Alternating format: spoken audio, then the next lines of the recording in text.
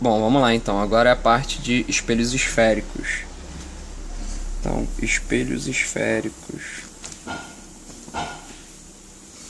Bom, um espelho esférico ele era constituído, né, de uma esfera, que a gente cortava um pedacinho e a gente tinha dois espelhos. Um espelho que é uma concavidade, né, que é um espelho côncavo, e um espelho que não é uma concavidade, né, que é uma calotinha, a parte de trás da calota, que é um espelho convexo. O que é mais importante aqui? A gente saber quais são os raios particulares para cada espelho, né, como eles se comportam, e o tipo de formação de imagens para os espelhos. Tem alguns pontos particulares que a gente trabalha aqui, que são, ó, esse espelho côncavo a gente representa dessa forma aqui, tá? A gente não bota com a curvaturazinha, a gente bota esses tracinhos para cima. Então aqui, ó, tracei minha reta normal, que é perpendicular à superfície. Então a gente tem alguns pontos particulares, ó. Espelho côncavo, eu sei que o centro da curvatura tá para lá, ó, porque repara, uma concavidadezinha para lá. Então a gente tem aqui, ó, o centro de curvatura. Aqui é o que a gente chama de vértice do espelho, né, que é exatamente onde a reta normal está encontrando o espelho. Isso aqui a gente também chama de eixo principal, tá? E aqui entre os dois a gente tem o foco, tá? Para o espelho convexo vai ser exatamente a mesma coisa, só que para o outro lado, né? O centro de curvatura, repara, já que é uma concavidadezinha virada para lá, vai ser aqui. O vértice está aqui e o meu foco aqui entre o centro e o vértice. Então, se ele está entre o centro e o vértice, está exatamente na metade, o que a gente repara? Que o centro de curvatura, ou o raio de curvatura do espelho, né, ele vai ser 2 vezes a distância focal.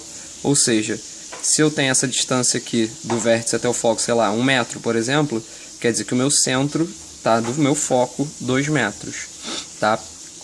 Vamos para os raios particulares, que essa parte bem importante.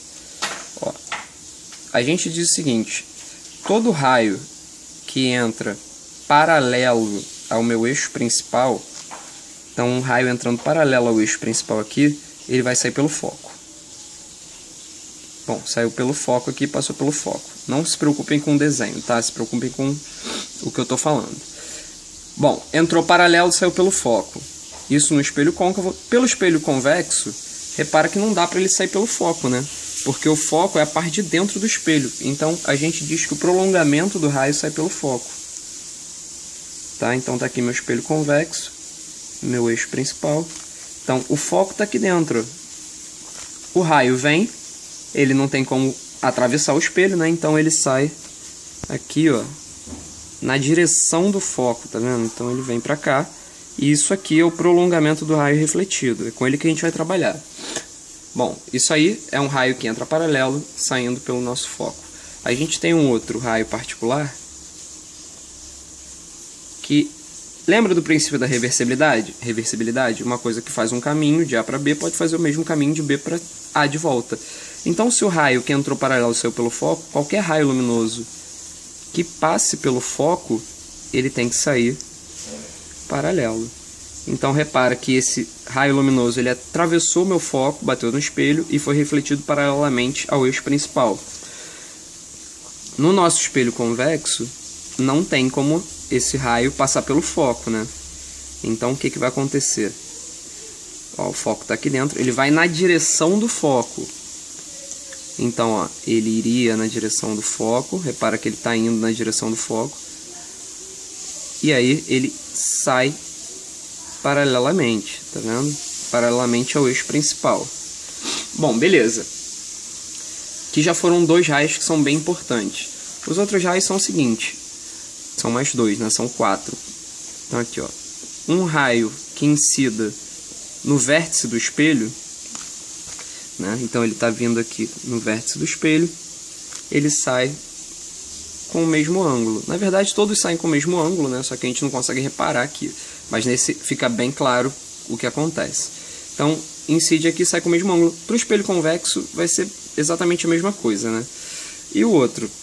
O outro é o que passa, né, pelo centro de curvatura. Passou pelo centro de curvatura do espelho, Ó, então ele passou aqui pelo centro de curvatura do espelho, ele volta pelo centro de curvatura do espelho também. Bom, então aqui eu trabalhei só com os espelhos côncavos, mas aí, lógico, para um espelho convexo do centro de curvatura, como é que funcionaria? Para um espelho convexo.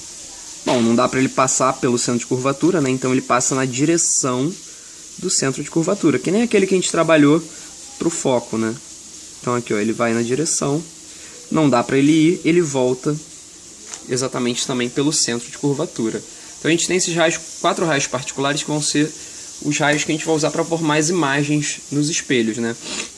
Quando a gente, só lembrando que quando a gente tem, por exemplo, a luz solar, a gente considera que os raios solares eles vêm todos paralelos ao eixo principal, então todos eles de alguma forma vão convergir no foco, tá? Eles vão na direção do foco no final. Esse tipo de formação é o mesmo para lente, tá? Mais ou menos o mesmo para lente. E a formação de imagens que a gente tem para lente, né, no caso uma lente convergente, vai ser o mesmo tipo de formação de imagens que para um espelho côncavo, e uma lente divergente, o mesmo tipo de formação para um espelho convexo. Só que a diferença é que o espelho vai refletir e a lente ela vai refratar a luz, né? Bom, isso aqui bastante importante também, então não esqueçam isso aqui, raios particulares.